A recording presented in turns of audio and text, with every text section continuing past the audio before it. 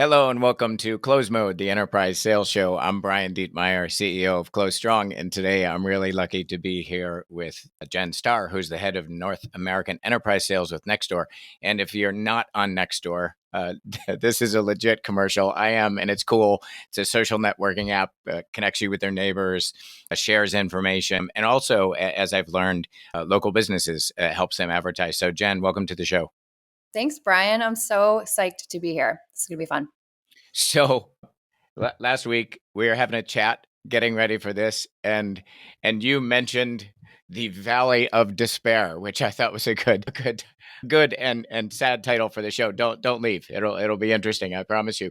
But we were talking about riffs and layoffs and sort of, how do you deal with the aftermath? And I was saying to you just as we were warming up today that it was like surprising to me we haven't talked about it. There's so much going on last year and this year that like how do we get team like on a human level back on track? So can you talk a little bit about, well, first of all, tell me about the Valley of Despair. You said that's actually a thing. It's a real thing. I know. So first of all, thank you for having me. I'm so thrilled to kind of cover this topic in particular because I think it's so timely to where we are as an industry right now. I was lucky early in my career to have a mentor and coach, James Turk from the Turk Group, who first introduced me to this concept. It sits inside of the Dunning-Kruger effect in this notion of like, you go on a real journey when often inspired by change and often inspired by unwelcome change. And I've used this in every aspect of my life since I first learned about it. And there's kind of no more unwelcome change professionally than your company or going through a riff, a layoff, or restructure of any kind. And like we said last week, I mean, these are pervasive right now. Yeah. And the notion is effectively like you start from this first place of shock, and then you have to get your team to back to productivity and optimism. And there's going to be a whole heck of a lot of feeling and phases in between those 2 points. And the Valley of Despair is really kind of how you navigate through. And that valley is at the very bottom in the middle. Yeah. But it's kind of first this uninformed optimism where you're like, I'm just shocked and I hope and believe everything will be okay. I've retained my job, or these people I loved will get jobs again. Then you start to kind of like sit with it, and you're doing maybe double the work with half the team, or you're not sure you agree with these changes that were just made and what the hell's going on. And that's as you're kind of like descending into the valley. That third phase is really like the depths. Yeah. That's when you're plumbing the depths of sadness and Yeah. despair. Well, And and then I'm sorry, yeah, it's sort of, yeah, it's the stages of grieving kind of, but the it stages is of riffing. Yes. They're different stages, 100%. but similar. Yeah. No, it is. And then like you learn more about the new way, you regain your optimism, and then you're eventually out. And ideally, as leaders, we limit that amount of time, but we don't try to prevent it because people really need to naturally, to your point, it's a Yeah. grieving process. You got to go through it. So I think we all naturally get a sense of like what's happening in the organization, especially in sales after one, or as we chatted about last week, two of these events. I know multiple people that it's Yeah. my friends just got caught in the second round. They got an email, that's how they were let go. But I would love to hear your perspective on what's happening in that moment. And you talked about it a little bit with the stages, but dive a little bit deeper about sort of what people are feeling, the overall mood. I think there are some unexpected feelings that come up for people. One that surprised me, our most significant riff happened in the fall of 23. And we had been hiring a lot of salespeople, and finance teams, as we know, draw this like straight line between number of salespeople and a dollar amount, And Yeah. for a long time, we were kind of saying we were seeing macro changes in the market, and we were seeing demand kind of drop, and potentially saw it coming while we had to continue to hire to meet the plan, right? And so we had this big sales team. A lot of the folks that were retained were on the newer side. And so their initial reaction was survivor's guilt, Yeah. ultimately, Yeah. and which was not something I expected to hear from the team. But a lot of people kind of said, why me? Why am I still here? There's definitely the like very human emotion of people you worked alongside and respect and love are gone. And so you feel a lot of sadness around that. And then, like I just said, you're sometimes being asked to do twice as much with half the team. And so those are Yeah. three of the kind of like very common feelings that I've had to address with my crew. Yeah. Yeah. It's interesting too, because I feel like these things, can be done well or not. And it's my wife's company just went through a couple rounds. And what I was saying to her, and some of this, it goes back to like business school case studies that, if ideally you're taking C players, and I hate to call any human a C player, but I know we all think that way, and you're wiping that out, and then some of the people that are left get promoted and get more. And that's what happened in her company. I'm like, if it's done right, like, because I know she's a top performer, and it's like, you don't have to worry. But I wonder, one, I feel like companies don't spend enough time thinking about how to do it in a way that's really human. But the second part, how much planning do you think there is for that valley of despair after? Like, do we have a specific plan after this to keep people whole? Gosh, I hope so. I think the best leaders do. More tenured leaders obviously have been through this a lot. As you and I have both said, we've seen friends and colleagues and spouses go through it this year. So, like for me, I definitively walk into the next time this happens to me in my career with a plan and some expectations. I think and hope that sales teams have very, very strong HR business partners who have Yeah. supported sales teams Yeah. before, because there is so much unique about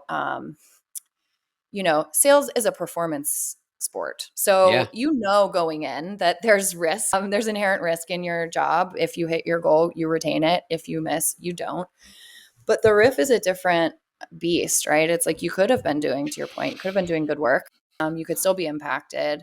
Yeah. And so making sense of that to the team that remains, and being really intentional about the way you move the remaining team through this does require strong HR support, does require strong leadership, and does require, which is an atypical skill I find of a lot of salespeople, it's hard for me to do, not trying to move too quickly to the like resolution. We Right. love to like solve the problem and like get the deal closed. It's like, how can I make you feel better quickly? Let's move on. I need you to be productive. You've got to resist the urge to do that. I just want to comment on that. Something that sort of changed my life 20 plus years ago is, and you might be familiar with it, or listeners might be familiar, but it's a book called Transitions. Strangely enough, written by a guy named William Bridges. So, but he made that exact point, and he used the metaphor, and it's kind of low hanging fruit of, when this happens, you're kind of midway through crossing a lake in a boat, and you have a choice. You either run back to the other side, or you run to the new side. You run back to the old side, you run to the new side, or you just chill there in the middle for a moment. And that it's just such a valid point that you make, because I do think, especially those of us that are so performance sport oriented, that mostly we're running forward. And yeah, talk a little bit about that middle space. Why do you feel that's valuable? I've said this before. This was like a very aha moment for me. I managed managers, and one of the guys on my team he came to me with a problem that his ICs were having. And he was, like really just struggling through how to resolve this. And I jumped immediately to like, here are some things. And he stopped me and he was like, listen, I don't need you to solve this for me. I just needed to talk about it. And it was such a you think so often, like, again, like, I got to get the things done and I'm going to help you and you must be coming to me because you want a resolution. And ultimately, I've found a lot of humility and a lot of really high quality connection with my team when I sit with them where they are, instead of trying to move them to a different place. Yeah, it's such a chance to redefine. I didn't grow up with much, and then fast forward 20 years in corporate life, started there with a high school diploma, left with an MBA as a VP, and so as one can imagine, when you don't come from much, I was completely defined by 17 years with this Fortune 50, and that's what I found too. Like when I left there, and I chose to leave to start an entrepreneurial firm, but still I took that time because of that book to redefine, because it's sort of like you have to shed that old thing to get to the new thing. So yeah, I know we're spending some time on this, but it's so valuable, and we're also pushed to just run, do the next Yeah. thing. You have to create that space. You have to create it for yourself. You have to create it for your team, because to your point, our professional lives dictate that we're moving really quickly to get everything done on our to-do list, which is increasingly getting bigger and more complex. And so the human part of our job, the human part of ourselves that we bring to our job demands that we create that space. Correct. Good. I'm glad to hear you put that so forcefully, and it's very uncomfortable to be Ugh, stuck totally. in the middle. We want to be tethered. And I think that goes the way with a lot of life. It's like I often say to people that it's typically not, if you're trying to make the binary choices, typically it's neither the black nor the white, and it's the gray. And that's where the richness is, and that's where a lot, by the way, a lot of good decisions are made. And we try to make it all crystal clear and binary. It's not that, it's messier than that. I agree. So what do you see for those who like don't have the chops in leading a team after this? What do you see as kind of the overall plan, to the human plan, to kind of reinvigorate the remaining team? What are some of the key steps in that? I have found there's power in publishing, and you can get really stuck here. So there's always the appetite to like answer every potential iteration of every question. Why this person, people literally will like pull up people's, performance to date. It's like, well, they were averaging 97% and I'm average, Wow. like I've seen people really get in the weeds around the why and they want very specific answers. You don't want to go there, but you do want to get everyone together real fast. And I literally, Brian, like show them the valley of despair. And I did this last time. I was like, this is where we are. This is where I'm going to get you. It may take you a given amount of time to make your way to here, but we're going to get there together. And then you really answer as many questions as constructively, but as honestly as you can. And Yeah. it helps the team to feel less afraid, because the fear is, I think, a guiding, in our industry at large right now. Like everyone's a little on edge. These layoffs are pervasive.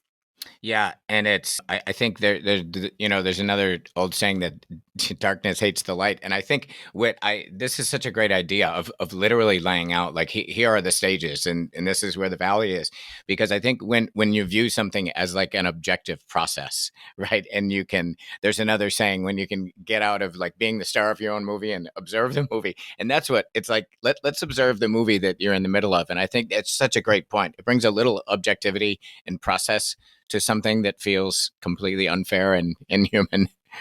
Yeah, and I'll go back again to the like, we don't have, as leaders, I would encourage someone going through this not to give themselves permission not to like affect the outcome for the person they're talking to. Like it's tempting to say, you shouldn't feel this way because XYZ. Like you still have a job, or now you have so many more accounts and so much more potential. Right. Like I would encourage you not to do that, though. Again, it's like tempting to try to fix it for your team. You don't have to be where they are to meet them where they are.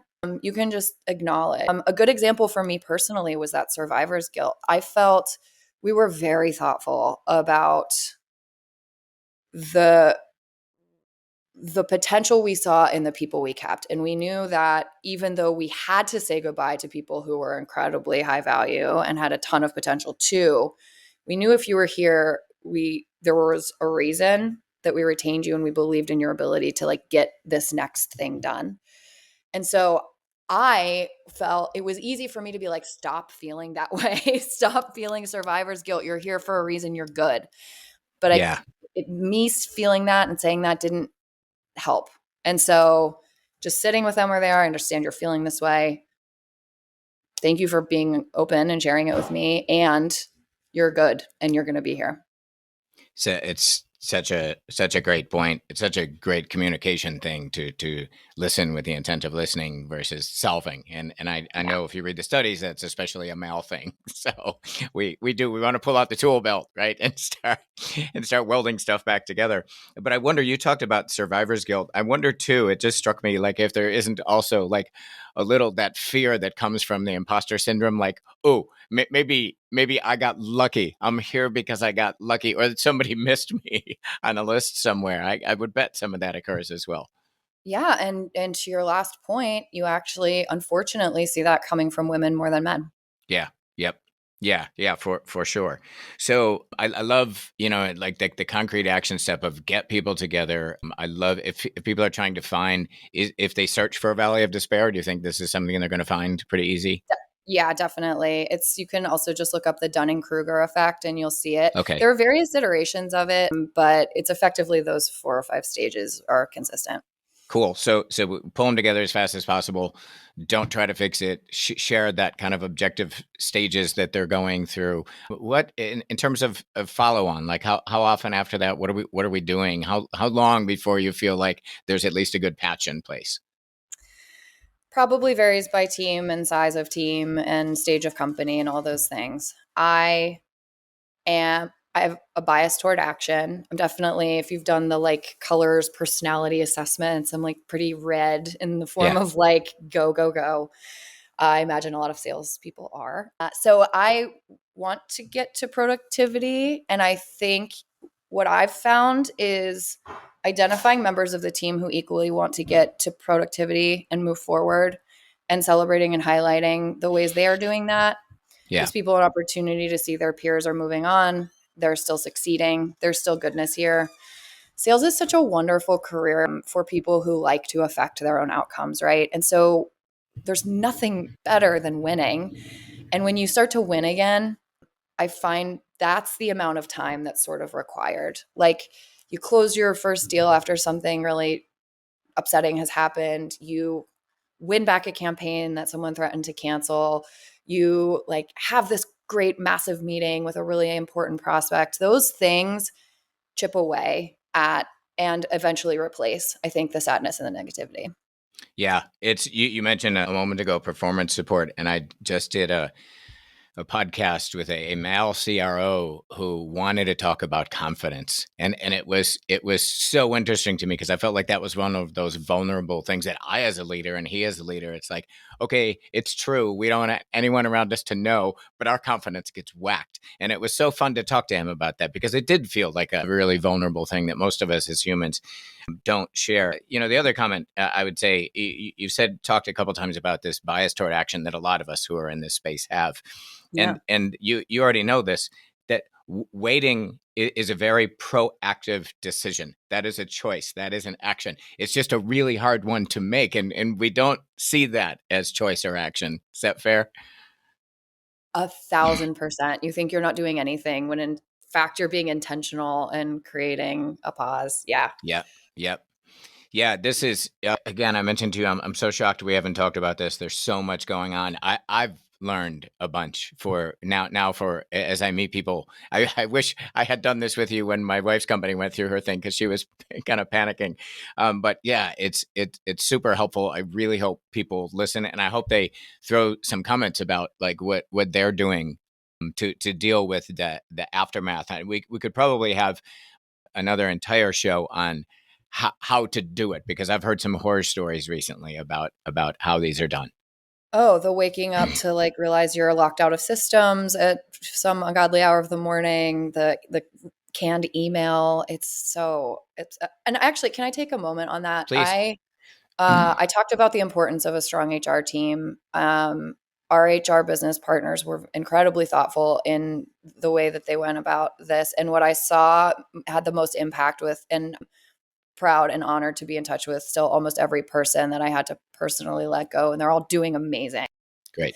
But that we infused really specific gratitude and anecdotes and data points about their contribution.